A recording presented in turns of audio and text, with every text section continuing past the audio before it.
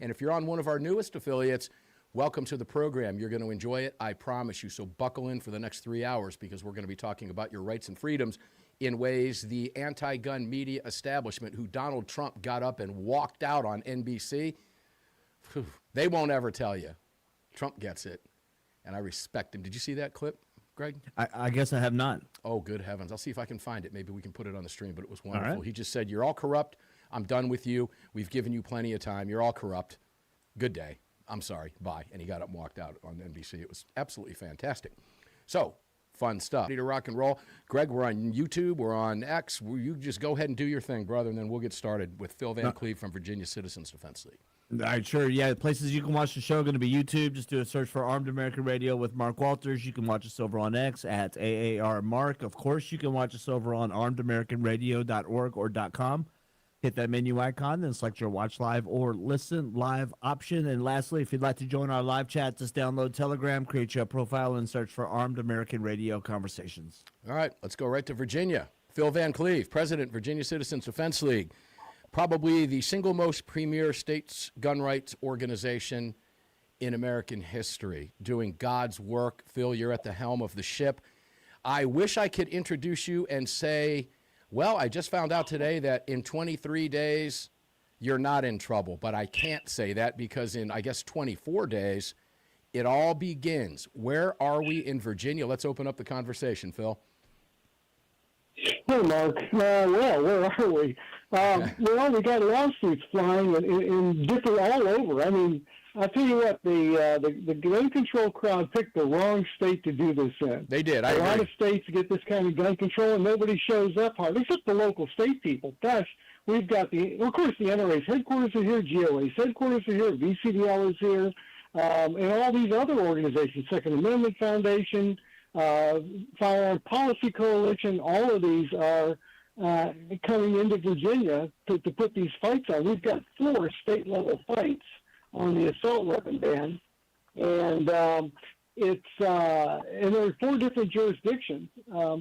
Our Attorney General's panicking, because that increases by 4 times the number of possible stays that could be put on while this law is being, in the courts.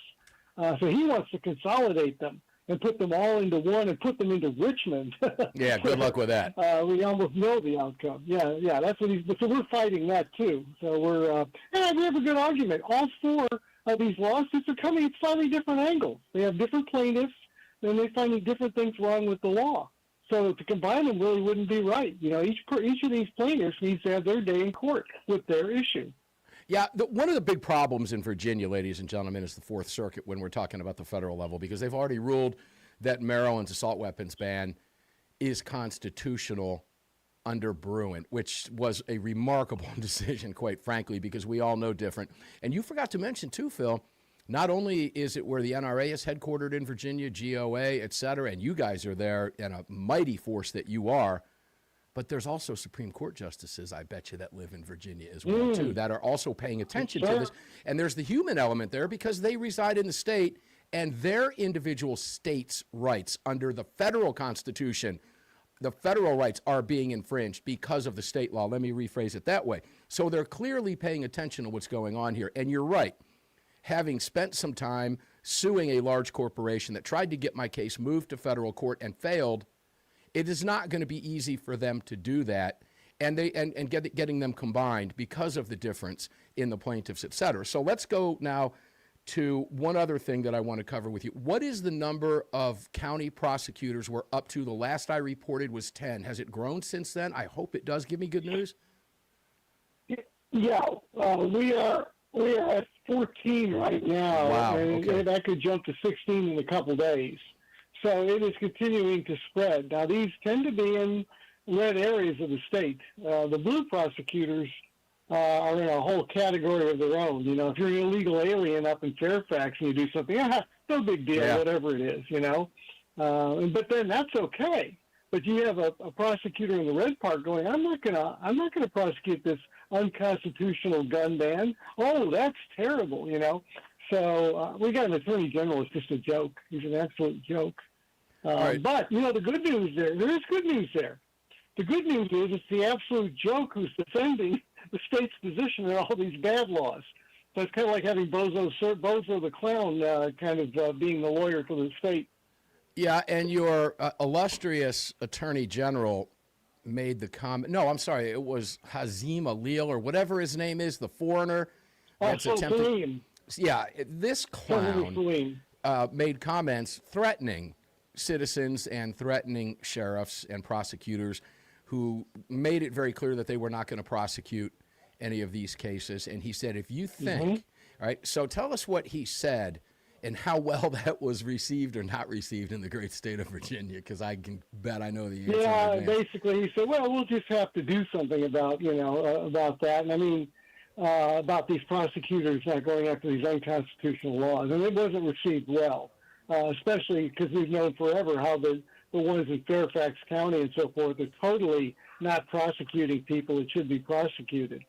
So it's just more of the double standard that you have when you're dealing with these people. Yeah. We put up a poll, by the way. We're saying, who do you think is the best gun salesman for the state of Virginia for the year? And so that's running right now. Abigail Spanberger, our governor, is leading by a huge margin. Salim is second. Not surprising at all. And then Delegate Dan Helmer, who is sort of Salim's counterpart in the House, every bit as bad or maybe worse than Salim is.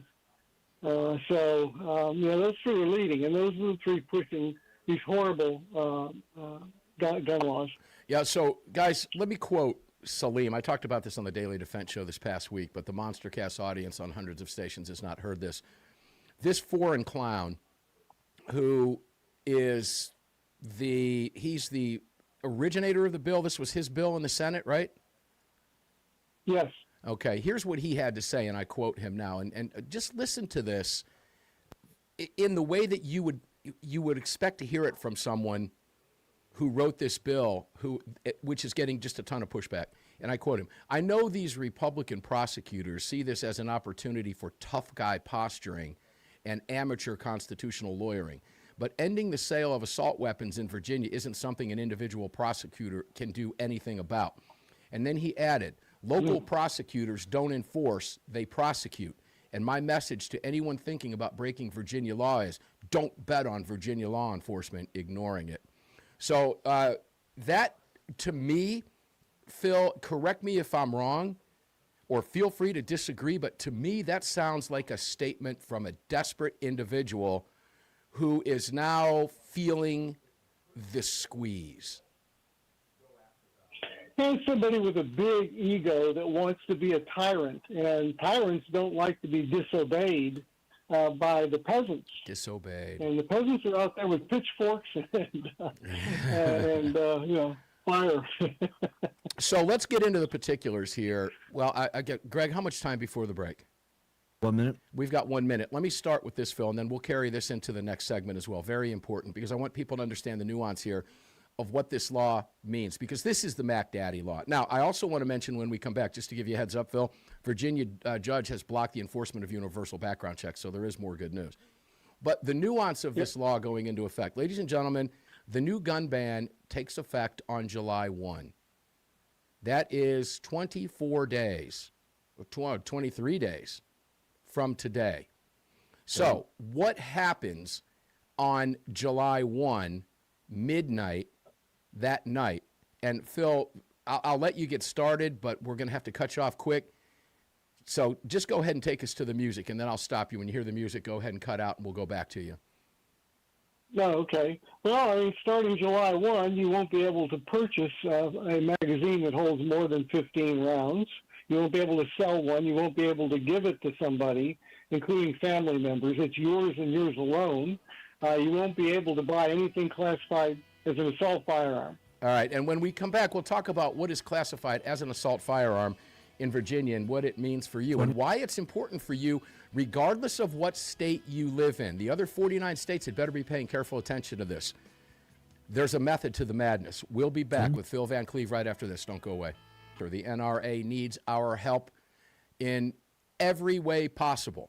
The NRA is fighting in your state, either behind the scenes or right out front leading the charge. This group has stepped up to the plate with new management. We'll be talking with John Comerford. We'll be talking with Justin Davis. We'll be talking with Doug Hamlin and others over the course of the remainder of this year. The National Rifle Association can be joined at nra.org/AAR, and we hope you take it upon yourself. It is only $35 for a membership, ladies and gentlemen. That's it. $35 for a 1-year membership. You can take it to a 3-year membership for $85. You can go 5 years, $500. You go life for $1,000. Whatever you want to do. If you want to donate, that would be great. If you don't want to join and just want to donate, visit nra.org/AAR. Please take advantage of that. Guys, we need help at the National Rifle Association. The organization is doing everything they can in their power, where they are today, to bring us back, like end the nonsense in Virginia, for example. And it is so good to see them leading the charge in conjunction with some of these other groups right now, the Firearms Policy Coalition and others, including the Second Amendment Foundation, involved in federal lawsuits, not just in Virginia, but across the country. We'll be talking more about the NRA as we progress week after week. It is National Rifle Association, nra.org/AAR. Please join us. We need your help over there. It is critical right now as we approach these midterms, and they're going to be spending a bunch of money right now in the midterms. We need your help. Join them, please. Let's go back to Phil Van Cleve. Phil Van Cleve, of course, from Virginia Citizens Defense League. All right, Phil, so let's talk about some of the nuance. You started with no more 15 rounds. Right. You can't sell it, you can't give it, etc. Continue with more about, give us more nuance on that now that we're at the beginning of the segment. Okay, well, on that one, you do have an option of selling a magazine out of state. That's pretty much it, or to a gun dealer who's not going to want to buy it in Virginia. But that's so really it's not much of an option. I consider it a taking. They should have to pay us for all that. But the truth is, they should never pass that law. I don't think it'll stand up. We should be able to, that'll get batted down at some point. Again, assault firearm. Well, for those hunters that we've been saying forever, they're going to come for your guns. Hunters always shrug, oh, no, they won't do that. Oh, yeah? Well, they just made certain semi-automatic shotguns, assault firearms that you won't be able to buy, you won't be able to sell, blah, blah, blah. That's happened now. And they also redefined, in Virginia, they greatly changed the definition of assault firearm. It used to be if it had a 20-round more than a 20-round magazine in it, at the time, that was assault firearm. Not anymore. If it's got a threaded barrel, if it's got a collapsible stock, blah blah blah. So they greatly increased the reach of that. They used to be permit holders, concealed handgun permit holders were exempt from all of that. Not anymore. They pulled that. Even off-duty and retired police aren't exempt now. They can't carry those guns in public if they have one any more than a private citizen can. Yeah, so, guys, when we talk about the enemies of our freedom, this is what we're talking about, okay? The reason we spend so much time on Virginia, ladies and gentlemen, is because the impact it can have, and this is why it's so critical. It would be nice if we could get a lot of this knocked out before the midterms. If the Democrats take the House and Senate in the midterms, their long-term strategy, as you know, Phil, they're posturing now in an attempt. I don't think it will happen, but, a few months out in politics can be a lifetime. You never know. But, ladies and gentlemen, if they were to win the House and Senate in the midterms, they're then posturing for the White House in 2028. And if that happens, your state becomes Virginia at the federal level, because not only will they attempt to move bills like this, they will, and a Democrat president will sign them. So it is absolutely critical that we pay attention. And Phil, I was thinking about Greg over here because I just saw his name on the screen. But this is why it's so important that residents, regardless of the state that you live in, join VCDL. These power in numbers, ladies and gentlemen. We're talking about signing petitions and everything else. We've got to play the game the way the anti-gunners play the game. Phil, have we figured that out yet? Well, it's a little bit, but the truth of it is that they're using us as a template, and I'm hoping that Virginia will show the other states how to defeat this stuff when it comes into your state. How you fight back, how you get the job done, how you stop them, and I'm hoping that spreads nationally. But yes, gun owners better be watching, because you're 100% right. They are absolutely looking at doing the same kind of stuff in Congress. Our own 2 senators in Virginia, which both of them are horrible. I don't know how they got elected. They're both incompetent and horrible. That's exactly what they put in this year. They put in a bill that matches much of what we passed here in Virginia. Now, it's not going anywhere now, but like you're saying, change Congress to change who's in power, give us a different president, and watch out, Katie bar the door. Yeah, and not only Katie bar the door, they also named it the Virginia-style bill. It's named after what they did in Virginia, folks. Very, very, very important. Let's move quickly over to the Lynchburg Circuit Judge, who rejected Attorney General Jay Jones' request to remove an injunction that prevented universal background checks from being enforced. Jay Jones seems to me to be somebody that will kick dirt out of the sandbox and in your face if he doesn't get his way. I expect this man is going to be big, big trouble down the road as he continues to get beaten back. And a cornered cat can be very dangerous. Am I missing something here? Yeah, Can I be onto something? No, I'm probably not. I mean, he was fantasizing about killing the previous Speaker of the House. Oh, yeah, that's right. And was bragging about it. I mean, no, he's got the right. He wants to talk to us about quote unquote gun violence. Oh yeah, well you should know all about that, Mr. Attorney General. You've been fantasizing about it. But the thing that happened, look, first of all, that's twice that the governor and the attorney general and the Democrats in the General Assembly got kicked themselves. One was when they tried to do unconstitutional redistricting. They lost that. Supreme Court kicked it out. Then they turned around and tried to start universal background checks running while there was still a court order saying you can't do that. That's why we dragged them to court. And they lost again. The judge said, "Oh no, you cannot do this. It is running. It never stopped running, and you need to immediately stop requiring universal background checks." And they did. But I think the Attorney General gave the state police bad information. I think he probably told them, "Oh, you're okay. We've made a change to the law now. That injunction doesn't mean a thing." And so the state police fired up and they found out, oh, yeah, it does mean something, and you don't want to cross that line again. So they immediately changed their website, said, nope, we're not doing these anymore. And so, again, the governor and the attorney general got another kick in the pants. Has Spanberger... well deserved. Yeah, absolutely. Has Spanberger commented publicly yet? We've only got 30 seconds. Take us to the end of the segment, and I'll thank you in advance for being here. Actually, she's been fairly, she hasn't commented a whole lot on that. Just a little bit on these Commonwealth attorneys not wanting to enforce this unconstitutional stuff. But a lot of other people have been commenting on the gun control side. They're kind of beside themselves, but too bad. Yeah, well, too They're bad. on the wrong side of the Constitution. Too bad. Yeah, that's the quote of the day from Phil Van Cleve, President of Virginia Citizens Defense. Yeah, well, too bad. Pretty soon we're going to be saying, well, bye. Phil Van Cleve, thank you, brother, for everything that you're doing there and for leading that fantastic organization. It's vcdl.org. Go get on the email list and keep up with the alerts every single week from Phil and the crew, and join the organization, please. It's only $25 for the year. We come back. AWR Hawkins, Breitbart News. Thanks, Phil. We'll be back, guys.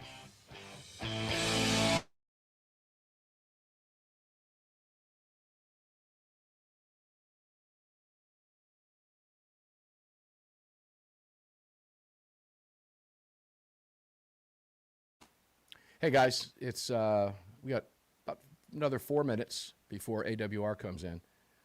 We've got the new Armed American Radio intro penned up, and I think a couple different variations of it that I'm working on right now for you. But if you're interested in hearing that during an upcoming break, mention it in the chat. If you want to hear me rip it for you during a break, because it won't violate any copyrights, because, well, I own the copyright. Type a 1 in the chat if you want to hear the new riff. There you go. Type 1 in the chat if you want to hear the new riff, and I'll play it for you right back here on this Epiphone standard Sheraton Pro, which is a very similar guitar to the Gibson ES335. So let me know. Type 1. Greg threw that out there, and I appreciate that. 1 in the chat, and we'll do that for you in an upcoming break. We'll be seeing ones. 34 after. There, keep the ones coming, guys. I better get up now, Greg, and flip on that Marshall. What do you say? Let's heat the tubes up. Let's heat the tubes up, guys. All right. Back with you here in 4 minutes with AWR Hawkins, about 3 now. It's 2018. They're the real deal, ladies and gentlemen. Support them. It's blackoutcoffee.com/AAR, blackoutcoffee.com/AAR. AAR. Get you some of that fine stuff over there and start your days. Greg, how many cups did I have today? Just take a guess. I'm going to say you had 3. I had 3, exactly 3. That's absolutely correct earlier this morning. Well done. Congratulations. All right, guys, you can visit blackoutcoffee.com. If you're looking up on your screens up there, that QR code is Blackout Coffee. Point your camera phone to it and go get some. It gives you access to everything. blackoutcoffee.com. AWR Hawkins from Breitbart News. Welcome in, my brother. It's always a pleasure to have you here. How are you, man? Well, I'm doing great. Great to be with you. You were busy all week, and I made a mention to the Armed American Radio Daily Defense listeners this week that I usually talk to you a couple times a day, and I have not had much of a chance to talk to you because you, in fact, have been so busy. You want to tell us what some of the top stories you're covering, and then we'll just take it from there, man, because you have been, writing all week long. What's the biggest thing you got cooking right now? Well, that's a hard question because they blur together for me. I couldn't tell you that. I do like the one I wrote today about Virginia gun sales. They're absolutely through the roof. And Spanberger, the governor there, may turn into being one of the greatest. She may be a greater gun salesman than Barack Obama, which is hard to believe. Ooh, yeah. So I covered that. And that's just a very big story because everybody has till July 1st. If you own a AR-15 or similar rifle before July 1st, the government is so nice in Virginia, they're going to let you keep it, at least for now. Yeah, okay. And so thanks for that. Everybody is running to get a hold of one of those guns. So that's a big story. Well, I want to tell you something fun about that. I'm getting ready to move several dozen 30-round magazines and 2 AR-15s into the great Commonwealth of Virginia this week. They will be shipping from my local dealer, being picked up by family members at their local dealer. And you know how proud I am of that, AWR? I feel good about doing that. I just wish I didn't have to. You know what I mean? There's irony there, but I feel good about. I feel like I'm kind of doing my part in the state of Virginia. Right. And it's what a horrible place to have to be, but we are there.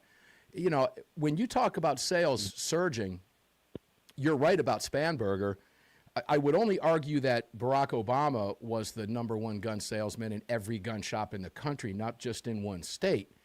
However, the amount of firepower moving in through Virginia right now is at ungodly record levels.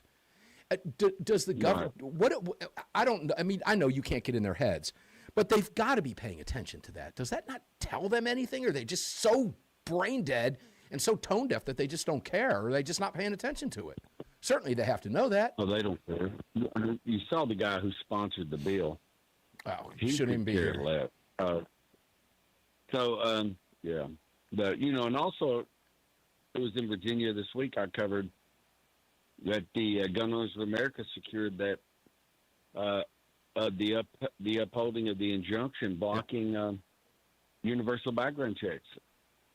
And that goes, they did that with a local court there in Lynchburg. And what's going to happen is, as I said a few weeks ago, Gun Owners of America is going to take down this assault weapons ban. It's just going to happen. They're going to secure an injunction. It's just going to happen. I hate to tell you, if you're a Democrat out there, I know right now you're slobbering a little bit out of the corner of your mouth and your eyes twitching and stuff. And when you read, to yourself, your lips move. But here's what's going to happen.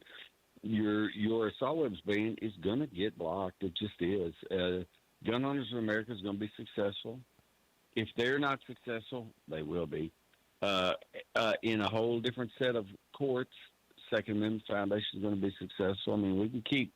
It's going to happen. Yeah, and I agree. Maybe, for all I know, maybe the assault weapons ban will take effect for a month before it happens. Maybe it won't take effect at all. But it is going to happen, and you can hide and watch and bet the farm on it. Yeah, we're 24 days away from this thing taking effect. And again, it's the long game, ladies and gentlemen. A-Dubs, I'm going to move to Chicago with you because this is when I also talked about this during the Daily Defense Show this week, but this is just something that just utterly astonishes me. It's hard for me to figure out and wrap my head around this stuff. It is. Chicago White Sox support gun control lobbies every town for gun safety. They put a tweet out on, Gun Violence Awareness Day. And this is from the Chicago White Sox, ladies and gentlemen. The irony you'll find when AWR and I continue this conversation after we talk about this. Today is Gun Violence Awareness Day. This is an X-Post, Twitter, whatever you want to call it, from the Chicago White Sox. Today is Gun Violence Awareness Day. The White Sox are committed to seeking innovative solutions to gun violence. We are proud to support these organizations and their efforts to help create a safer community. And then they have a stand against gun violence with a Sox logo in orange. Well, what haven't they figured out? Or what makes them do this? Because you can usually always follow the money. Why would they do this and alienate half their fans? I don't want to give away the other half of the conversation yet, so I'll stop there and turn it over to you. Well, I mean, you got to think they don't understand. The White Sox don't understand. I mean, what they're doing is what to them appears to be trendy. You've got a Mike Bloomberg affiliated organization. It's got millions and gazillions of dollars. It's been able to make itself popular with a niche crowd and a fringe crowd, and the White Sox, so they're doing it. They don't see any risk there. They just think that they're doing a trendy thing. They might as well be, partnering with a soy milk company or an oat milk company because it's a trendy thing. And so they don't realize what they're doing. I'm laughing at them. The Philadelphia Eagles did the same thing, and I covered it. And they redid their logo, turned their logo from green and white to orange and white, just to show how cool they were, and they could partner with the trendy people too. And guess what? I laugh at them too. Yeah, let's give some numbers. Here's what I didn't want to give away. The irony here, and Chicago players know this. Management's got to be aware of this. AWR, you and I have covered tens of thousands of murders together. Tens of thousands of murders over nearly 20 years on Armed American Radio. I mean, it's just been insane. Shot and killed, 28. Final May total. Shot and wounded, 148. Total shot in Chicago alone, just Cook County, ladies and gentlemen, 176 in May. So far, for the month of June, 4 killed, 25 shot and wounded for a total of 29 shot. Year to date, 154 versus 2025, that's up 10%, ladies and gentlemen, over 2025. Shot and wounded, 573, that's up 4% over 2025. Total shot, 727, that's up 6%. Total homicides in Chicago alone, AWR, 178, that's up 5%. And just this past weekend, what did we have for the weekend's numbers? I don't have those in front of me. I'll have to get those later. But it's going to be, dozens. It always is.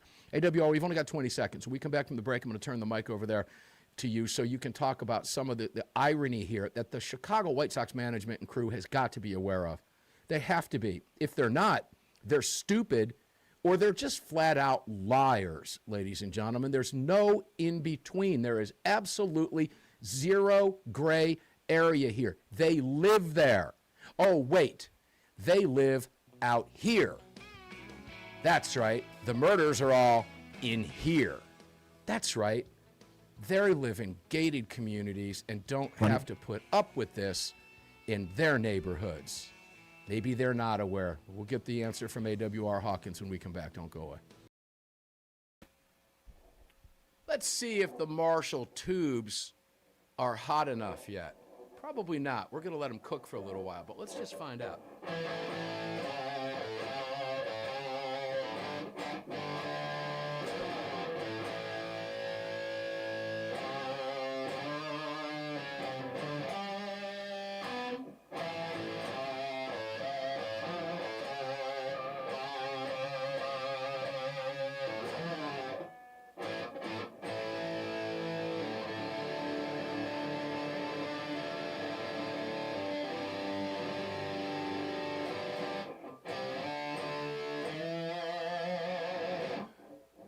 Almost. Getting a nice little squeal, so hang tight. AWR Hawkins, welcome back, brother. Always a pleasure to have you here. I'll let you wrap up with us the nonsense in Chicago, but these numbers are just off the chain. We know they're going to go up. one more time. They're going to go up at 11 o'clock tonight or 12 o'clock Eastern time, AWR. They always do. Is the irony lost on you in Chicago? Oh no, like I said, they're not the Sox and everyone else. They're not looking at reality. They're just trying to be trendy. They have no idea. That's how out of touch they are. Florida HOA backs off gun ban after state AG threatens legal action. This was a beautiful thing and a fun story to cover. I'm becoming a huge fan of Uttmeyer in Florida. I mean, this guy's got it going on. He's the AG we want everywhere, is he not? You've written a lot about him, man. He's the real deal. Oh yeah, no, I like the guy, and I was with him at Chacho. He's a good guy, and he's in it to win it. And how you know that is he's in high profile and low profile cases. The HOA case would be what I would say in comparison to the 3-day waiting period case. The HOA case would probably be a more low profile case. He could have just passed over this. But what he's trying to do is knock down any infringement of the Second Amendment. So he knocks this down this week, and in the same week, he lets everyone know that he's taking on Florida's 3-day waiting period for gun purchase rule. That's a big high-profile deal. He's going to knock it down. He says it's unconstitutional. He's right, 100%. It's as unconstitutional to have a waiting period as it is to have a permit. And both of those are going to go the way of the dinosaur as lawsuit after lawsuit is filed across the country. But it's ridiculous that I have to have any kind of permit or government permission slip to exercise a constitutional right. And the government needs to figure that out. Yeah, well, they're figuring it out in the state of Florida. But I think the bigger story in Florida, ladies and gentlemen, is the fact that you've got a very bright red state. You've got a very pro-gun state. You have an AG that's doing everything right. He is, as AWR, he's going above and beyond the call of duty. He could have just let this go. He could have done it quietly, but he doesn't. He gets in their face. And the fact of the matter is the reason this is important is because this is Florida we're talking about. Ryan Petty's statements that the left will never stop, and he's from Florida, it has never been more true than it is now. They won't stop when they know they're going to get knocked down. They just keep going. I don't know what goes through their heads. Maybe they figure they're just going to try it. Maybe they're just a bunch of New Yorkers running the HOAs that think they can get away with it because they got away with it up there. So let's segue now to New York before we end with a happy ending story. Brady applauds passage of New York bill requiring gun owners to lock up their firearms in New York. I mean, you know, their creativity knows no bounds, AWR. They just keep coming, and it's an indication that no matter what we do at the federal level or no matter what we do at SCOTUS, they're going to try to find a way around everything, aren't they? Oh yeah, it is what they do. But you know, if you look at the court system in the last 10 years, actually I'm going to go 15.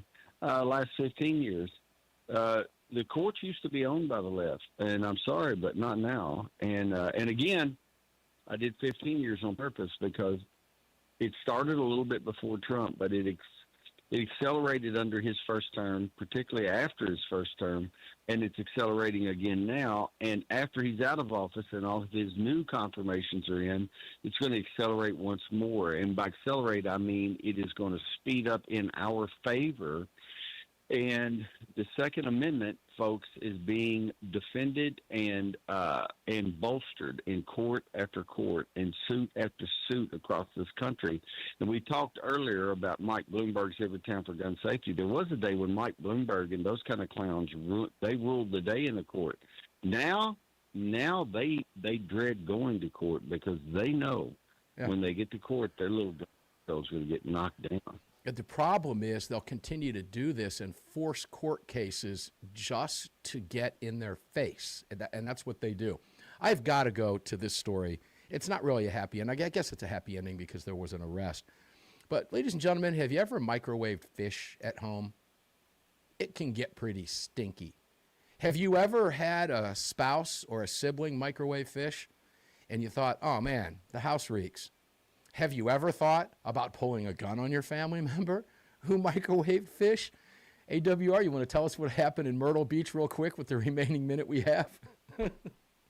Yeah, some officer microwaved fish, and in the police station, and another officer got mad over the smell, jerked a gun allegedly, and pointed it at him. So they fired that officer. First they arrested the officer who allegedly pointed the gun, then they fired him. But I mean, this is such a terrible story. It's funny in some ways, but it's terrible in others because of the lack of self-control. I mean, when you pull a gun, you're demonstrating a willingness to use lethal force to end a life. 30. And this idiot cop allegedly pulled a gun over a piece of fish. And what has been in my mind ever since I wrote this is this. The cop who allegedly pulled the gun is lucky. Because if I put the cops or the federal agents that I know in the position of the fish cooker, as soon as this slapstick pulled his pistol, they would have made him look like a piece of Swiss cheese because they would have blown holes through him to leaves. And so he's lucky that all that happened to him is he got fired. Yeah. He's lucky that all that happened to him got arrested. I think that's the lesson. Yeah, well, you can have some fun with this because a Myrtle Beach Police Department statement said this. This incident does not reflect the values demonstrated by the men and women of the Myrtle Beach Police Department every day. However, it does demonstrate our commitment to accountability and our willingness to address conduct that falls short of our expectations. And we love fish. Now, I added the final statement about loving fish. AWR Hawkins, thanks for being here, man, and covering all these amazing stories. Ladies and gentlemen, if you want to get to everything he wrote last week, we just don't have enough time even if we had 3 hours with him. It's AWR Hawkins, Breitbart News. Search that up on whatever engine you use, and just go down the list and enjoy the reading and the education. When we come back, another hour, Dr. John Lott and Neil McCabe. Don't go away. See you at the flip side. Phones to Dr. John Lott from crimeresearch.org. Yeah, like Mark previously mentioned, YouTube, Armed American Radio with Mark Walters. Over on X, we're at AAR Mark. You can always head over to armedamericanradio.org or .com. Hit that menu icon, then select your watch live or listen live option. And lastly, to join our live chat, just download Telegram, create your profile, and search for Armed American Radio Conversations. Yeah, that'll do it. Dr. John Lott, crimeresearch.org. Welcome in, my friend. How are you today? Doing great. Great to talk to you. Always a pleasure to have you here, John. It's always fun to have you here at the ranch while we're live. Right, Greg? Always fun to have Dr. Lott, Greg, at the ranch. Right? You have a ranch? There it is. There it is. Yes. John I'm not quite as grandiose as you. John has been to the ranch before. Dr. Lott, it's always fun, man. Let's get started with you. You have a piece up over at Real Clear Investigations. Gun safety, violent crime drops as more Americans pack heat. No, say it isn't so, John. Tell us what you found out. You know, I figure you'd be a tough sell on this, but good guess, right? So, over time we've been doing surveys to see the rate that people are carrying guns, and we've obviously for well over a decade been collecting data on the number of concealed carry permits that people have.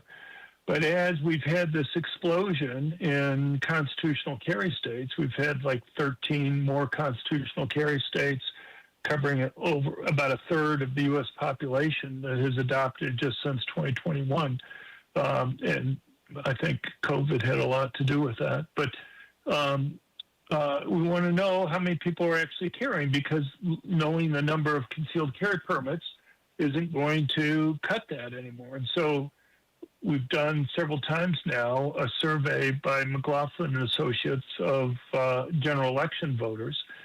And what we find is that a lot of people are carrying, at least a lot of people who are involved in politics and are likely voters are carrying.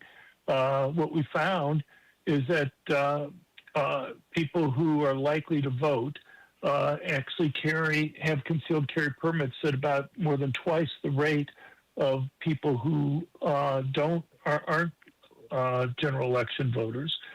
And overall, if you include the constitutional carry states and people who are carrying without a permit, you have almost 30% of general election voters in the United States are carrying at least sometimes.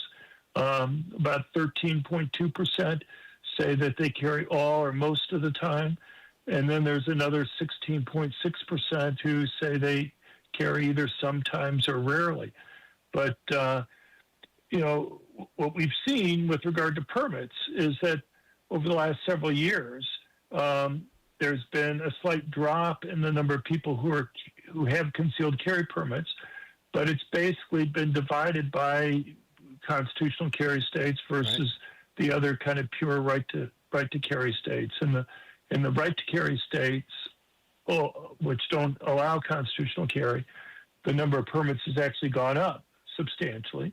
But there's been an even slightly greater drop in the number of permits in constitutional carry states. That's one reason why we wanted to go and do this survey. And there's lots of very interesting kind of differences there. So, for example, if you break it down by the political views of the individuals, the group that carries the most in terms of either all or most of the time are people who classify themselves as very liberal. The second highest group in that category are those who classify themselves as very conservative. But at least I was surprised that those who classify themselves as very liberal actually carry all or most of the time at a slightly higher rate than people who are very conservative. Another thing that was very interesting is just comparing, looking at blacks and Hispanics.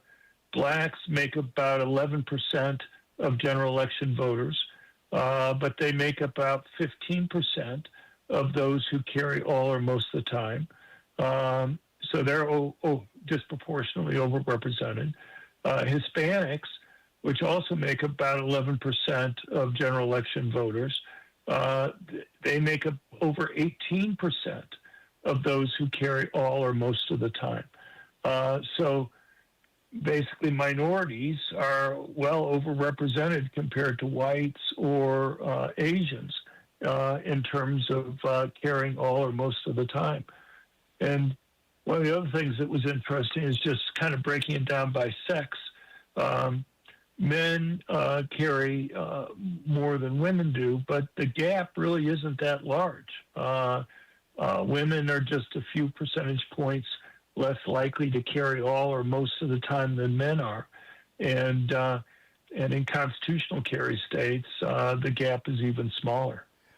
That's interesting because I'm writing down while you were talking because it was leading me to some questions, and you answered a couple of the questions that I had for you. One of them was, do we know how many? I would love to know how many would be, for example, Democrats versus Republicans. And you said that those who classify themselves as liberal, you answered that question by giving us those numbers. But that begs this question. The reason they carry. Now, you probably don't know, maybe not, but can we surmise that the reason they carry is because they feel threatened because of a conservative Trump administration? Could that be why they're carrying greater numbers? I mean, there's no way to know that, right? I have no clue. I mean, we didn't have it broken down quite that way in the previous surveys that we had done. I suppose if we had, then we could look back at the data for 2024 when Biden was in office and to see whether those who classify themselves as very liberal were also carrying at a higher rate than people who are very conservative. But unfortunately, we don't have that information. Well, I think it's probably safe to say, ladies and gentlemen, I mean, if you've been listening to the show for any length of time, these are issues we've talked about for many, many years, 18 years, in and out of any individual year. At some point in time, people carry guns for different reasons. Liberals may carry guns for different reasons because of the politics involved versus the way you do, et cetera. We support everybody's right to carry. So good for them for carrying because everybody has a right to carry, John, and I don't really care why they carry. They may be carrying for different reasons, but that's okay with me. I don't have a problem with that. The men versus women gap, I find that to be interesting because everything that you mentioned here is something we've talked about in some way, shape, or form, John, over the years, that the largest demographics in gun buyers right now has been blacks and women and Hispanics. And that seems to be reflected in the numbers that you just gave us. They are, in fact, buying guns at higher rates in record numbers, and they're actually exercising those rights. You think there's a correlation? There's got to be a correlation there. Yeah, I mean, one of the reasons, just on your first point about kind of the political views and who's caring, to me, the interesting thing, at least from a political perspective, is that people who are regular voters are carrying and have concealed carry permits at a higher rate, much higher rate than those who don't vote. It seems like at least something politicians might want to take into account. And, you know, for a long time, we've tried to point out that who benefits the most from being able to go and carry, basically poor blacks who live in high crime urban areas and people who are relatively weaker physically, like women. John, hold on to that thought. When we come back, I want to go there. And I do have one more question on that same topic before we move on. Dr. John Lott, crimeresearch.org. Visit there. Support him. We'll be right back.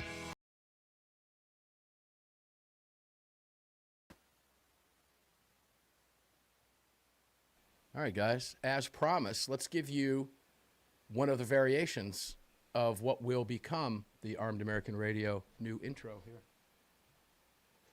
I'm going to play that on this Epiphone. Nice guitar. Pick this up from the Black Man with a Gun, the Reverend Ken Blanchard, less than a year ago. So that makes this guitar here very special. But this is going to be one of the variations. Keep in mind that we don't play an entire song. Okay, we can. What we're going to do is we're going to loop an intro for you, for the intro, and then loop the intro for the outro. And I can tell you the Marshall is, that Marshall's cooking. So let's give you a little taste of what that's going to look like.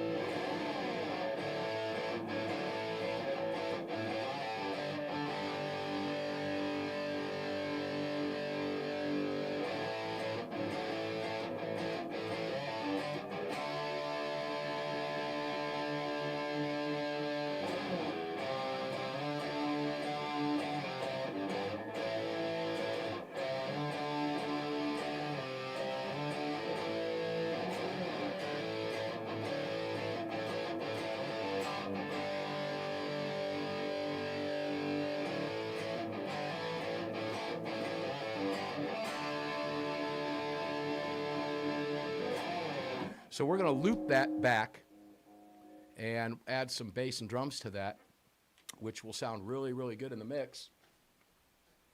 And that, ladies and gentlemen, will be, there's a couple slight variations of that we're still playing with, but I keep going back to that one for some reason. I'm guessing that's the universe working. If I keep going back to that, that means it's the right one. I don't know. You tell me in the comments what you think, and if you're a musician, and you can suggest some changes in there on some of those chords. You can figure those chords out yourself. Play it back if you want to.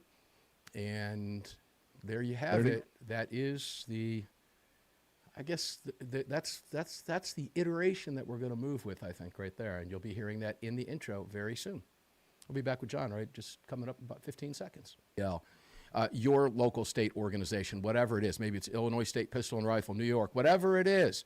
If you can't join them all, I understand. Times are tight, man. I pay the same grocery bills and fuel bills that you do, all right? I happen to be a life member of these organizations, but we've been a life member for many, many years, along with the National Rifle Association, well over 40 years for the NRA, my entire family members. If you can squeeze that, that's awesome. And then join a particular group outside of that national group, okay? Join SAF, join NRA if you can do that, FPC. And then add another local group to that. You're going to be hearing about Florida Carry coming up in the next few days. We're working on that for you now because even Florida isn't safe, folks. We don't want your state to become Virginia, and the National Rifle Association is at the forefront. You can find these organizations on our website at Armed American this evening. So please, please go out of your way and support those organizations that are fighting for your gun rights in all 50 states. Welcome back to the show. Let's go back to Dr. John Lott. John, welcome back to the program, my friend. Always a pleasure to have you here. Something I as I was listening to you, this kind of pops in my head. We tend to correlate. We say things like, if every gun owner gets out and votes, then what happened in Virginia wouldn't happen. Or we might not lose many, or the elections would be closer. We can flip a particular state. But what I'm hearing from this survey and what I'm gathering here, That might not necessarily be 100% accurate when you look at the breakdown between those who classify themselves as very liberal carrying, outnumbering in what you found, number one being the liberals, number two being conservative. So is there a correlation there, or are we? How do you answer that one? I find that interesting. Right. Well, I mean, those who have concealed carry permits are not kind of the majority of those who are voting. The way I look at it in terms of people that are very liberal who are carrying is that may at least put a little bit of a brake on the rate that Democratic politicians will go and try to take away people's guns. But overall, people who say that they're Democrats carry at a relatively lower rate compared to their share of voters. It's just that within Democrats, so you have liberals and you have moderate Democrat people, not too many, but few people classify themselves as moderates. Those people tend to carry at low rates. It's just that one part of that, those who classify themselves as very liberal, carry at the highest rate of any of the political groups. Yeah, what's something else, as I listen to you, I wish I had hours with you every time I have you on the phone, John, because the Democrats, you said maybe that will give a break. Can you explain what you meant by that before I ask a follow-up question to that? I mean, make sure I'm asking the right question. Well, so for example, you have blacks and Hispanics carry at disproportionately high rates. Blacks have been obviously a keystone part of the Democratic base. You have those who are classified as very liberal, carrying at relatively high rates. Obviously they're a keystone for Democrat politicians. So, as more people who would normally vote Democrat have guns and carry, hopefully that kind of informs Democratic politicians that they may want to at least be a little bit more careful in disarming them. I mean, blacks who live in high crime urban areas, they're disproportionately victims of crime. As we were talking about before the break, I'm glad to see that they're carrying at high rates. But these are individuals who have, they may support police despite what may be believed, but they know that the police can't be there all the time, that they have to take responsibility for going and protecting themselves. And, if Democrats try to, let's say, ban concealed carry, then they're going to, then they're going to maybe get some of their constituents upset. Yeah, so I know I'm going to ask the right follow-up because that's what I thought. I just wanted to clarify that with you, and I hope you're right about that. But here's why I think we're not right, because I share the same sentiment. And if you're logically thinking, ladies and gentlemen, you would probably draw the same conclusion that I did and that John did and that you might be drawing in your own mind right now. Well, maybe that translates to the Democrats backing off a little bit. Let me tell you why I don't believe that's ever going to happen. Well, let me just be clear. Yeah, go ahead. As I said a minute ago, Democrats as a whole are less likely to carry compared to their share of voters. Okay, so they're disproportionately low. Okay, even though there's certain groups within it that carry at relatively high rates. Republicans are overrepresented in terms of the rate that they carry, but Democrats and independents are underrepresented. And so, unless you're going to have like a majority of Democrats or a large percentage of Democrats overall carrying, just because you have certain groups within their constituency. My own hope Makes perfect sense. Thought maybe is that this will kind of serve as a wedge issue to kind of get some blacks and Hispanics that normally would have voted for Democrats to instead split off and become Republicans. Yeah, John, I know a lot of Democrats that carry and own guns, and I love that. Again, they carry for different reasons, and that's okay. I don't mind that. I'm just glad they're carrying for their own personal protection and that of their families. But the Democrats that I know that do are okay with certain restrictions. Well, I have my gun. I'm not a big gun guy. I have the gun I need. I don't need any more. And I don't mind jumping through hoops to get it, which is why they continue to vote Democrat. It kind of flies in the logic of, well, that party's wanting to take my guns, yet I love my gun and carry my gun, yet I still vote Democrat. There's always that question. Why do these people continue to do that thing? And here's what I think from the actual Democrat politician standpoint. They don't care because they're okay with their guns. 30. It's everybody else's guns they're not okay with. John, we've got 20 seconds. Tell everybody where they can go and support you, please. And guys, we need you to support John. John, 20 seconds. Right. Well, they can go to our website at crimeresearch.org, crimeresearch.org, and they can get all the breakdown on the survey and the piece that we recently wrote on it. And it's fascinating, ladies and gentlemen. Go read it. That's Dr. John Lott, crimeresearch.org. John, thank you for everything that you do. You are truly a national treasure, and we love having you on the program. Coming up next, Neil McCabe from Real America's Voice. We'll be right back with reporter McCabe, who's probably losing his Boston accent by now. We'll be right back. Okay, guys, let's read a couple comments, shall we? Because there are some good ones in here. I'll probably play that riff for you again in another upcoming break just because it's so fun. And, well, it just sounds so good on that Marshall in here. It just really does. I wish you were sitting in the room with me. Believe me. Yeah, I know you don't get the sound as pure as it's supposed to be, but at least you get an idea. And it still sounds good just because, well, it's an electric guitar. It sounds great. Now, let's read some of the comments in here and see what people are talking about. Ryan Petty, who's coming on in the next hour. Always good to hear Dr. Lott on the show. Absolutely. TX Huntsman, always active in there. This is all good news. But next, we have to engage those folks so they start voting their gun rights. Absolutely correct about that, brother. Absolutely correct about that. And Ryan Petty says, rock on. Huntsman, again, sounds great, Mark. Brett Hanza, 2930. Brett, great to see you in here. I don't think I've seen your name in the chat before. Says, hey, Mark, been listening to you for over 14 years. So nice to see you on this. I'm new to this technology. Bear with me.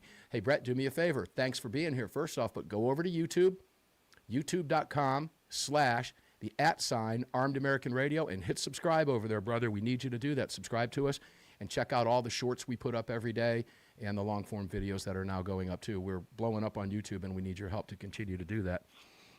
President Monroe says, doesn't matter who or how many carry, they still vote for commies. You're absolutely correct about that because they love their guns and they're okay with the restrictions. They don't mind. It's why what happens in California, Pres Monroe. No question about it. Susie jumps in. My next-door neighbor is totally Democrat but owns a gun for home protection and always wants to see anything new I buy. He still believes in gun control. Yeah, again, same formula, right? Just like the Democrats I know in some of my extended family. I've got some that are so far left, they're commies. There's no question about it. Mind-boggling. I love both of them dearly. Nearly grew up with one of my cousins, and I love him dearly.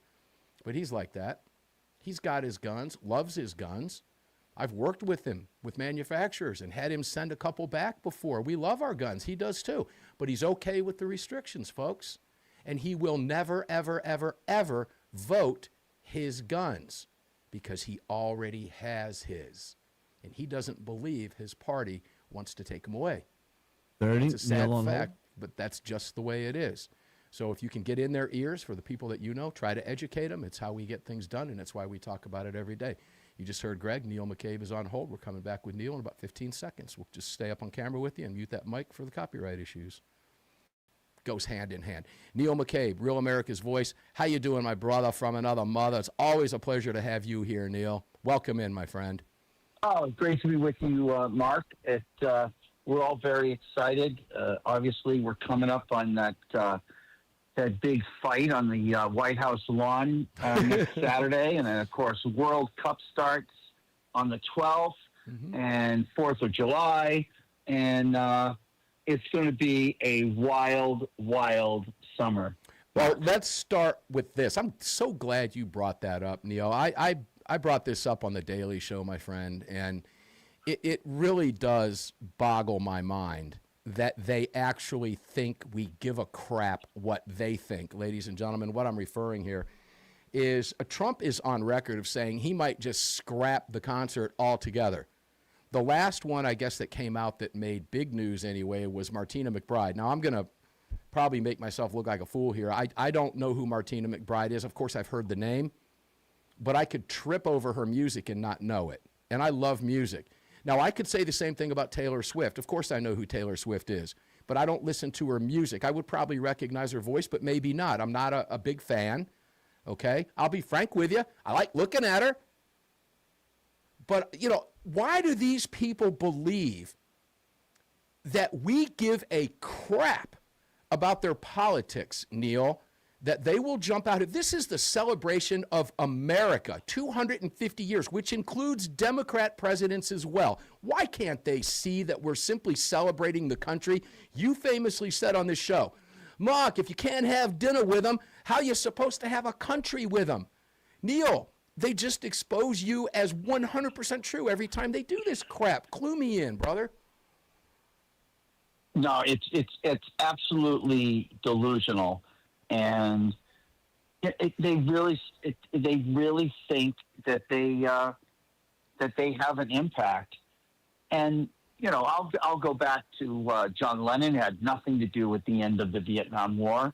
Humphrey Bogart led a delegation to meet with the communists in North Korea, and Humphrey Bogart was part of a press conference that talked about all these war crimes that American servicemen were doing in Korea. And it was all hoo-ha-ha. It was all lies. But, like, Humphrey Bogart did not end the Korean War. And so it turns people off. And I defy you to show me anyone whose celebrity status or their acting or career or singing career has been improved by the politics. Frankly, that's a great point. It turns me off. You know, let me take this to Jane Fonda. You're absolutely correct. Jane Fonda has lived with that stain for what she did to our service members and this country. As a traitor, in my estimation, she should still be in prison for what she did during the Vietnam War. It certainly did not help her career. Do people like Martina, well, you know, I think I'm just going to answer my own question. They're too stupid. They probably don't even know who Jane Fonda is. You ask my kids who Jane Fonda is, they're going to for people who don't understand, Mark, Jane Fonda not only posed on anti-aircraft guns that were used to shoot down American planes. That's right. When she was visiting the POWs, they handed her notes saying, I'm being tortured. They're starving us. They're doing this. They're doing that. She, instead of helping the American POWs, she turned them in for being troublemakers. And they were even more tortured, and some of them were killed because of Jane Fonda. Yeah, so ladies and gentlemen, she has blood on her hands. And here's the point that I'm making is she's never lived that down. It never goes away. Right. Anytime she makes an appearance somewhere, there's a vet protesting her. Is Martina McBride and Bruce Springsteen and John Mellencamp, and you know, I never liked Springsteen's music, period. You can ask my kids when they're old enough, when they were old enough to remember, when they were knee-high to a grasshopper. If that clown's music came on, I turned it off. I didn't like him when I was alive in the 70s when he was putting his albums out in real time. I wouldn't pay for his music because I just don't like it. And I hate him now even worse because of what he does and says about his country. But do these clowns not believe, do they really think this is going to age well for them in the long run? Because it didn't for her. Well, I think they just sort of believe their own press clippings and people around them saying, well, you got to do something. And frankly, it's never once occurred to me that what if I should ask Taylor Swift how best to keep our sidewalks safe, or how to improve our schools. I was on a talk show appearance earlier this week where they were talking about the midterm elections, and it's kind of off topic, but I think it proves your point.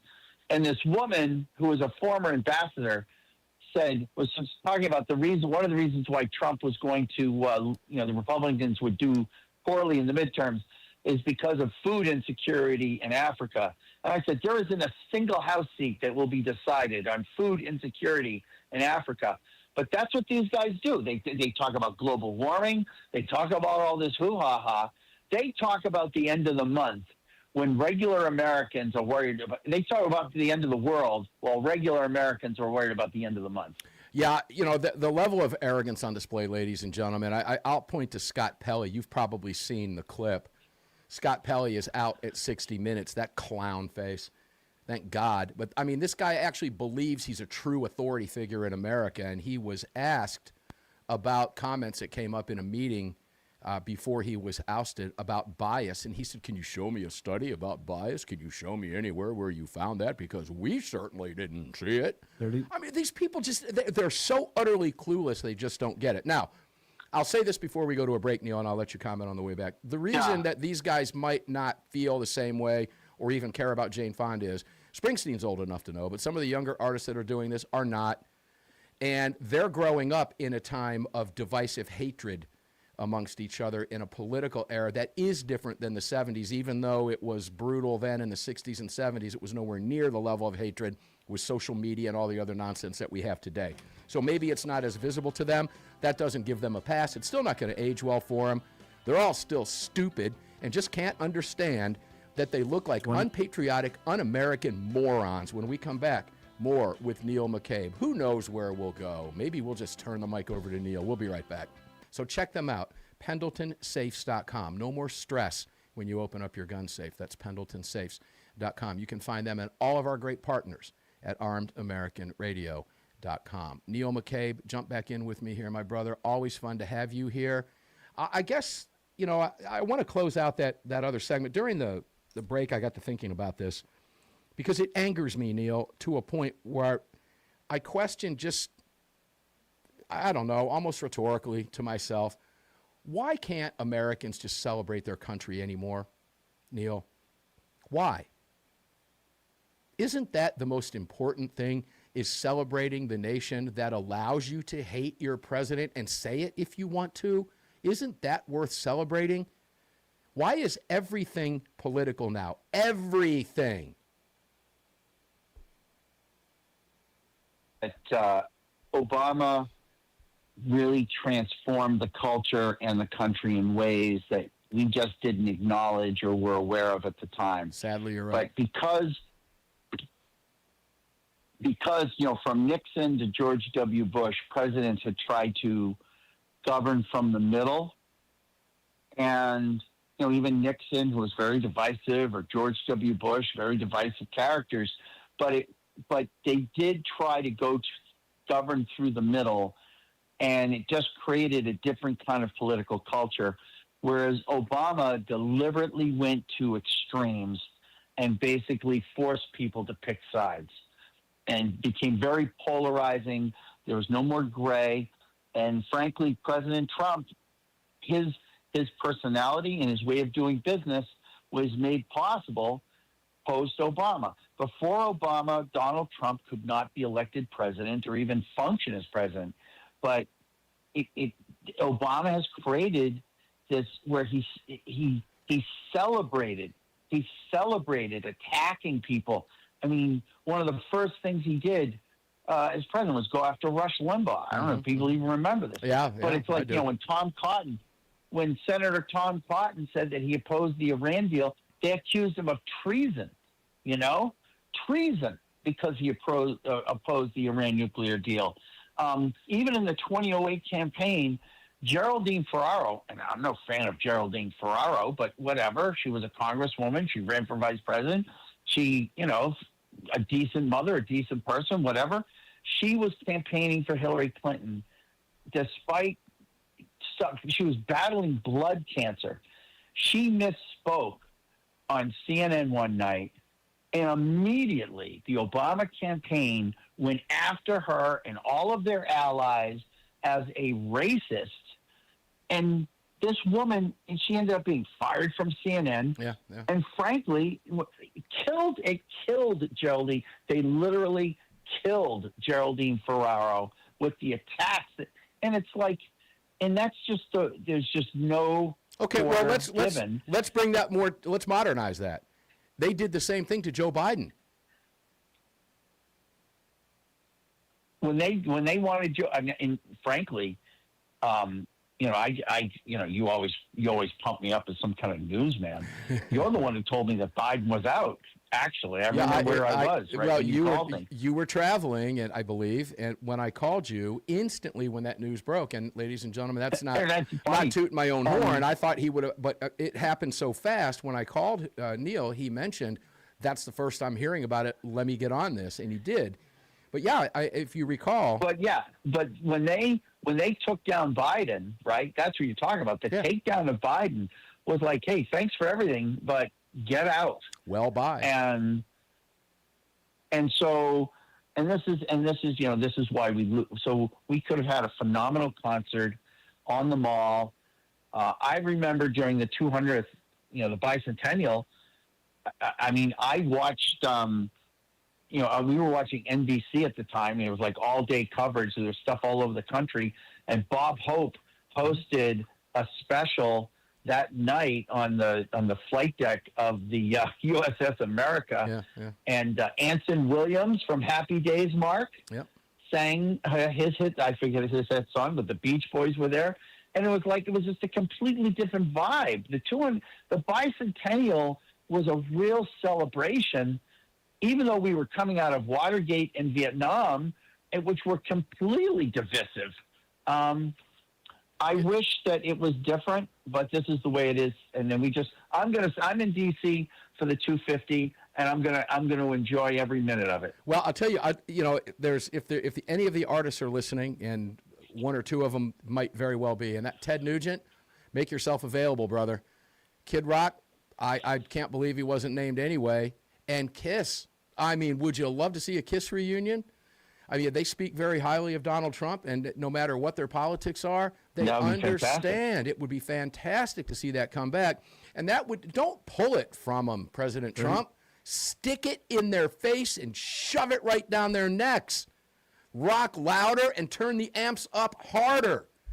I mean, come on.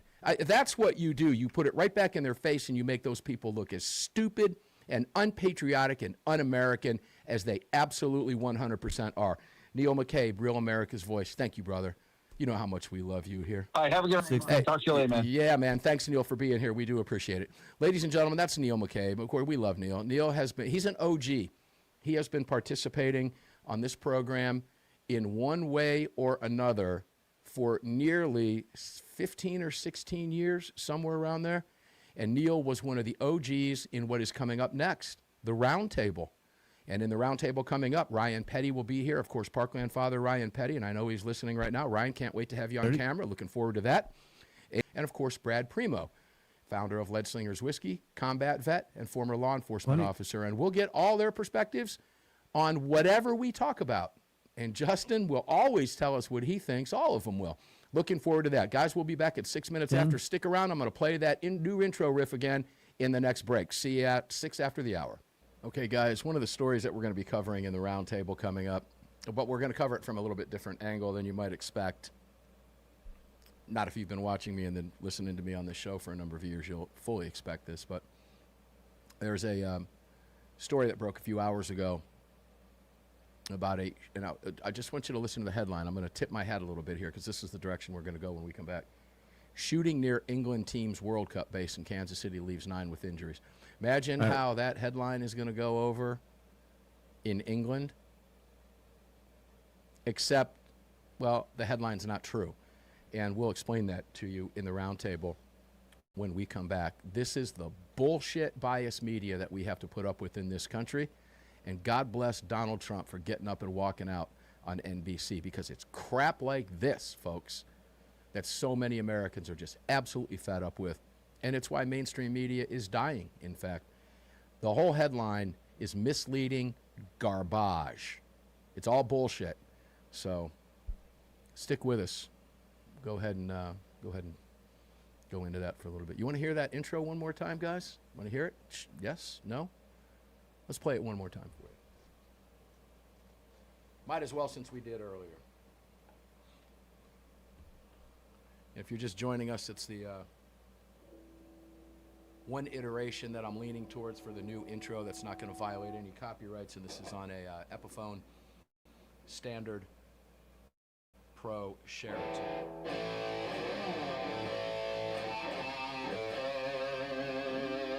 Getting a squeal.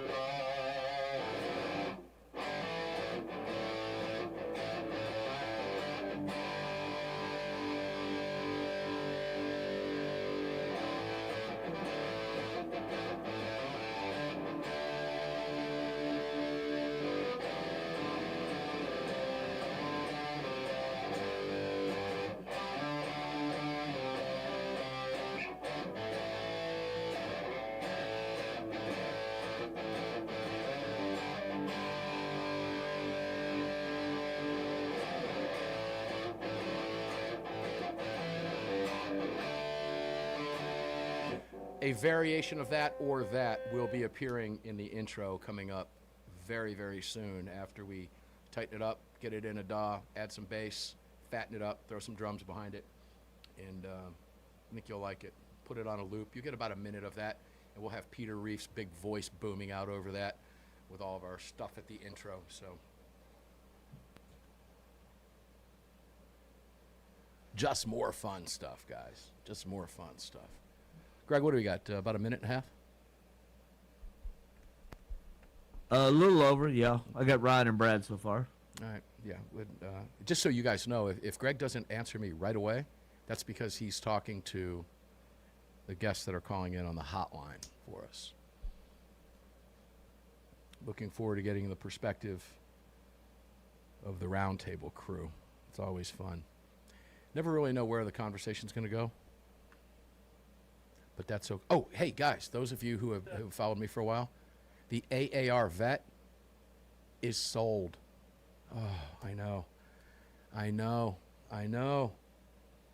Ouch. Game's all here. Ouch. The vet is sold. And Greg, I don't think I told you this yet. The Chevy dealer that had the vet up for sale. Yep. Guys, they had 4 Corvettes up for sale, 3 C8 new ones, and mine, a 2014 Stingray Z51 with a very low serial number, highly sought after car, convertible, beautiful. 30. Mine sold in 9 hours. Oh, wow. Yeah, sold in 9 hours. The other 3 are still up for sale. So somebody took the AAR vet. They knew what they had on their hands. And it was a guy that I guess had bought about 9 or 10 cars from the dealership over the years in the past, and he traded in a 2000 vet and drove off with what is now his and was mine 10 hours earlier. Amazing stuff going on over at NRA, things you would have never thought were going to happen 4 or 5 years ago, hell, 2 years ago. And we'll be talking a lot about that coming up over the coming days, weeks, and months ahead with the NRA. We're going to chronicle everything they're doing on your behalf to save and restore your right to bear arms in what is historic times for the Second Amendment, ladies and gentlemen. We are in historic territory, both good and bad. And the NRA is, leading the charge in states across the country and in federal lawsuits. We'll be talking in great detail about that. You can visit them at nra.org/AAR. Get you a membership. Do it for 1 year. Do it for 5. You can do it for 3. 1 year, 3 years, $85, $500 for 5 years, and $1,000 for life. And you never know, we might even have some specials coming up. Who knows? Just join the National Rifle Association and get involved. We need your help. Like, subscribe to us over at YouTube. If you're watching on YouTube, make sure to comment. If you catch the videos later, we're glad you did. Thanks for being here. And subscribe. Ring the bell. We need you out there. And all of our great affiliates. Honolulu, I keep telling you hello. New to Honolulu down there. We love you guys. And about 20 other new stations. Too many to mention, but you know who you are. Greg in Dallas, Texas, why don't you do your shtick, and we'll get going and introduce the crew. Yeah, sure. Places to watch the show are YouTube. Like Mark said, you can watch us if you do a search for Armed American Radio with Mark Walters. You can head over to X and watch us at AAR Mark. You can always head over to armedamericanradio.org or .com. Hit that menu icon and select your watch live or listen live option to watch or listen to the show. And to join our live chat, just download Telegram, create your profile, and search for Armed American Radio Conversations. Yeah, and that'll do it. Who was the first caller in on the line? Brad. Brad Premo. Welcome in, my brother. How are you today, my friend? I'm doing great, Mark. How are you doing? I'm doing good. Did you grill hard this weekend? Did you grill hard? You know, I did, and I had to laugh at myself today because I actually ran by Home Depot to pick up some charcoal. I usually go to a different store, but I was in a hurry. And they actually had a brand that I was wanting to try out, and I found myself excited to try this new charcoal. And I had to laugh at myself because I used to be cool and do cool things. All right. And my idea of excitement was a lot different than buying a new bag of charcoal. Now, that's funny. Well, no, hold on. Before I go to the rest of the guys, that's funny for a couple of reasons, because I went to Home Depot and bought charcoal today, too. So I'm going to give a pitch here because, and you might have found this, Kingsford's on sale now coming up for Father's Day for $9.95 a bag of 20. So I bought a bunch of that stuff. But is the new brand you wanted to try Red Devil charcoal? Jealous Devil. Jealous Devil. Is that it? Yeah, I said Red Devil. It's Jealous Devil. It's really good. I like it. You will too, I bet you. Yeah. No, it was great. I mean, I was really impressed with it. I heard good things about it, and when I saw that they had it, I grabbed it. It was $20 for a 20-pound bag, so it wasn't bad at all. And I was real impressed. That's probably gonna be my new go-to charcoal from now on. I really liked it. Their lump is really good. They have the giant ones. They've got the logs that burn forever. Mm-hmm. I use them in all my cookers, and it's really good stuff. You'll really like it. Hey, Jealous Devil, give us a call. We got room for you on the show if you want. We love our growing while armed, and I do cook with that stuff as well. Oh, brother, it's always a pleasure. We love you. You're a fan favorite for a reason. I've got a headline that you guys are going to just wait till you hear this. I'm going to frame it in a different way than mainstream media will do, and you guys will understand. And Ryan Petty, come on, let's bring you up on stage and make you more famous than you already are, man. How are you today, brother? I'm doing great, Mark. Great to be here with you. You hanging in there? Let me pull that Roundtable off and get you up on the stage here. We'll do that for you. We've got a little bit of buffering going on, but let's get Ryan Petty up here for us so we can see Ryan. We'll make that happen for you at some point, Ryan. There we are. Hang in there with me. It's just a little bit slow. There we go. All right, guys, I'm going to start with this headline that I don't know why I'm surprised by this. I really don't. But you may have heard about a mass shooting in Kansas City. Here's the way Yahoo Sports, and it's a story by The Independent. Yahoo Sports is reporting the story, so it's not theirs. They're reporting it. The story is by Independent. Shooting near England team's World Cup base in Kansas City leaves 9 with injuries. Except, well, it's really not near their base, and their hotel is even farther away. And, well, the team is training in Florida, and they're not even there. But they got to put this incendiary headline up there to make it look like there was a mass shooting. Now, imagine how that headline is going across the pond right now. And imagine the hatred being directed at the United States because of a headline like this. Let me read a little bit about this, and we'll go around for comments. Multiple people were injured in a mass shooting that took place Saturday morning, nearly 5 miles from England's World Cup base in Kansas City, Missouri. At least 9 adults were taken to nearby 4 a.m. The intersection is roughly 4.6 miles from England's base camp in Swope Soccer Village. All those injured were taken to hospitals with non-life-threatening injuries. No suspects are in custody at this time, but the Kansas City Police Department is investigating the shooting. England's players and staff were not on site during the incident, as they are currently training in Florida. Okay. Kansas City Police Department officer Alana Gonzalez stressed that the incident did not occur near a World Cup venue or anything else World Cup related, including England's base. What's that headline say again?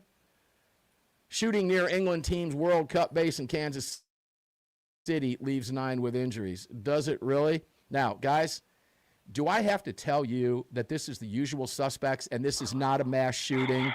Do I have to tell you that residents say, and I quote, "It is not uncommon to hear gunshots in this neighborhood at least once a week"? Brad, I'm going to start with you. Please hook a brother up with some common sense, please.